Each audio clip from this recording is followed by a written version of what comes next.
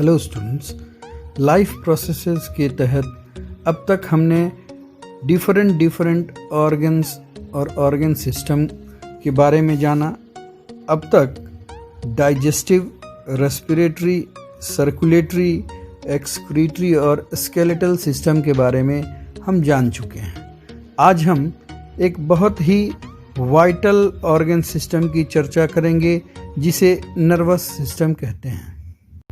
अब तक हमने जितने भी लाइफ प्रोसेसेस और ऑर्गन सिस्टम्स के बारे में जाना, नर्वस सिस्टम उन सारे सिस्टम्स के फंक्शन को डायरेक्टली या इनडायरेक्टली इन्फ्लुएंस और रेगुलेट करता है। नर्वस सिस्टम बहुत ही कॉम्प्लेक्स सिस्टम है जो किसी भी ऑर्गेनिज्म के शरीर के अंदर इंटरनल रिक्वायरमेंट तथा बाहर के एक्सटर्नल इन्वायरमेंटल कंडीशन के अनुसार रिस्पॉन्ड करने के लिए आवश्यकता अनुसार डिफरेंट ऑर्गन सिस्टम्स के फंक्शन को रेगुलेट तथा उनके एक्टिविटीज़ को कोऑर्डिनेट करता है।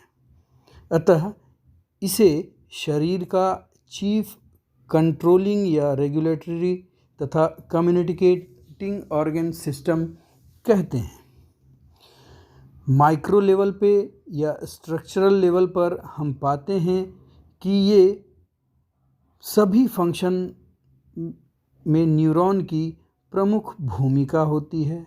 न्यूरॉन्स नर्वस सिस्टम के स्ट्रक्चरल तथा फंक्शनल यूनिट्स होते हैं। न्यूरॉन सेल्स के समूह से बना एक ऑर्गेनाइज्ड तथा कॉम्प्लेक्स नेटवर्क जिसमें सेंसरी रिसेप्टर्स के द्वारा कलेक्ट या रिसीव किए गए सेंस या स्टिमुलाई के अनुसार ऑर्गेनिज्म में रिस्पॉन्स या इफेक्ट का मैकेनिज्म को ही नर्वस सिस्टम कहते हैं। जीवों के इवोल्यूशन के प्रोसेस में इस सिस्टम का भी ग्रेजुअली डेवलपमेंट होता गया।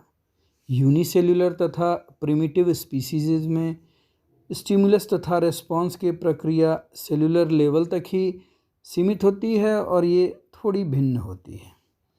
नर्वस सिस्टम सभी मल्टीसेल्युलर ऑर्गेनिजम्स में पाया जाता है।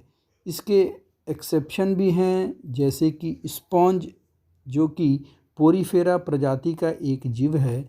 इनमें नर्वस सिस्टम का अभाव होता है। अलग अलग स्पीसीज़ के कंट्रोल कोऑर्डिनेशन के मैकेनिज्म का माइन्यूटली अध्ययन करने के बाद मुख्यतः दो प्रकार के नर्वस सिस्टम पाए गए। इनको डिफ्यूज्ड और सेंट्रलाइज्ड दो भागों में बांटा गया है। डिफ्यूज्ड नर्वस सिस्टम, इस प्रकार के नर्वस सिस्टम में एक स्पष्ट सेंट्रल कमांडिंग या कोऑर्डिनेटिंग ऑर्गन या सेंटर नहीं पाए जाते। केवल न्यूरॉन सेल्स का एक नेटवर्क पूरी बॉडी में फैला होता है। इसके एग्जाम्पल्स हैं हाइड्रा, जेलीफिशेस और कोरल्स। सेंट्रलाइज्ड नर्वस सिस्टम, इस प्रकार के नर्वस सिस्टम में स्टिमुलस तथा उस पर बेस्ड शरीर के रिस्पॉन्स के कंट्रोल और कोऑर्डिनेशन के लिए एक स्पेसिफिक पॉइंट या सेंटर होता है। इस प्रकार का nervous system lower invertebrates, Platyhelminthes और इसका ही डेवलप्ड स्वरूप वर्टिब्रेट्स में पाया जाता है। वर्टिब्रेट्स में स्टिमुलस तथा रिस्पॉन्स के सेंट्रलाइजेशन के मैकेनिज्म सबसे डेवलप्ड और एडवांस फॉर्म में मिलते हैं। इनमें कमांड, कंट्रोल और कोऑर्डिनेशन के प्रोसेस के सेंट्रलाइजेशन के तहत दो स्पेसिफिक सेंटर्स, जिन्हें ब्रेन तथा स्पाइनल कॉर्ड के रूप में जानते हैं, ये पाए जाते हैं। आसान शब्दों में हम नर्वस सिस्टम को जीव के शरीर का इलेक्ट्रिकल वायरिंग भी कह सकते हैं।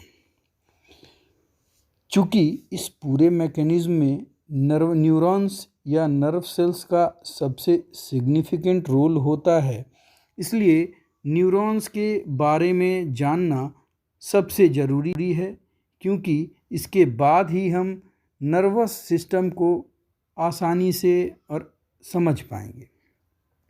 न्यूरॉन या नर्व सेल्स नर्वस सिस्टम के स्ट्रक्चरल तथा फंक्शनल यूनिट्स होते हैं।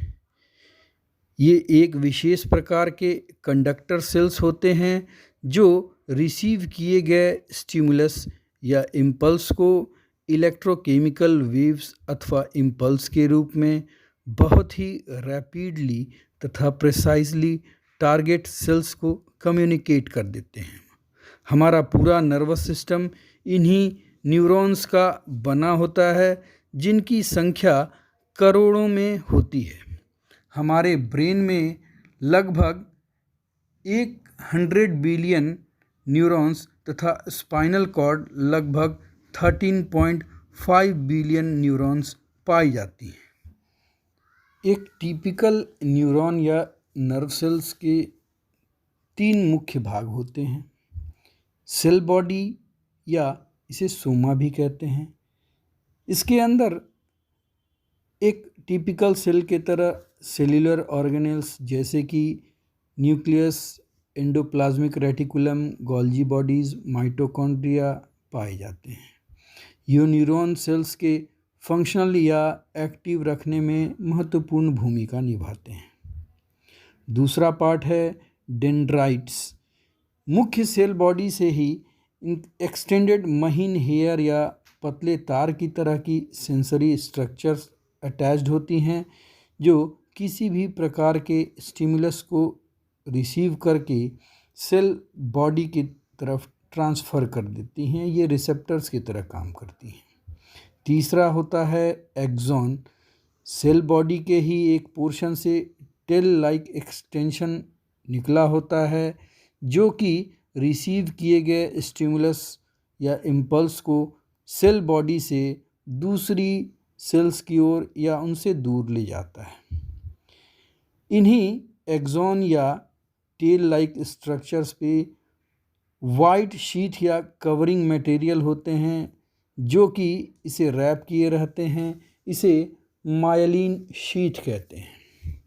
सिनैप्स ये 2 न्यूरॉन सेल्स के बीच में गैप होता है। इसे इस तरह भी समझते हैं कि एक न्यूरॉन के एक्सॉन तथा दूसरे न्यूरॉन के डेंड्राइट के बीच का जो गैप होता है उसे सिनैप्स कहते हैं। सिनैप्स के द्वारा ही इम्पल्स को एक न्यूरॉन से दूसरे न्यूरॉन को ट्रांसफ़र किया जाता है। फंक्शन के आधार पे पूरे नर्वस सिस्टम में 3 प्रकार के न्यूरॉन्स पाए जाते हैं। पहला सेंसरी या अफरेंट न्यूरॉन। ये सेंसरी रिसेप्टर्स के द्वारा रिसीव किए गए इम्पल्सेस को ब्रेन तथा स्पाइनल कॉर्ड तक कम्युनिकेट करते हैं। इन्हीं न्यूरॉन्स के कारण हमें कुछ सेंसेस जैसे टेस्ट, स्मेल या हियरिंग आदि का एहसास होता है। दूसरा होता है मोटर या इफरेंट न्यूरॉन। इस प्रकार के न्यूरॉन का सेल बॉडी या सोमा सेंट्रल नर्वस सिस्टम के अंदर लोकेटेड होता है तथा एक्सॉन सेंट्रल नर्वस सिस्टम के बाहर होता है तथा ये सेंट्रल नर्वस सिस्टम से कमांड को ऑर्गन्स तक पहुंचाकर वॉलंटरी और इनवॉलंटरी मसल मूवमेंट्स या एक्टिविटीज़ में भूमिका निभाते हैं। तीसरा होता है इंटरन्यूरॉन। मुख्यतः सेंट्रल नर्वस सिस्टम के अंदर लोकेटेड होते हैं तथा सेंसरी या अफरेंट न्यूरॉन तथा मोटर या इफरेंट न्यूरॉन के फंक्शन में मिडिलमैन की भूमिका निभाते हैं।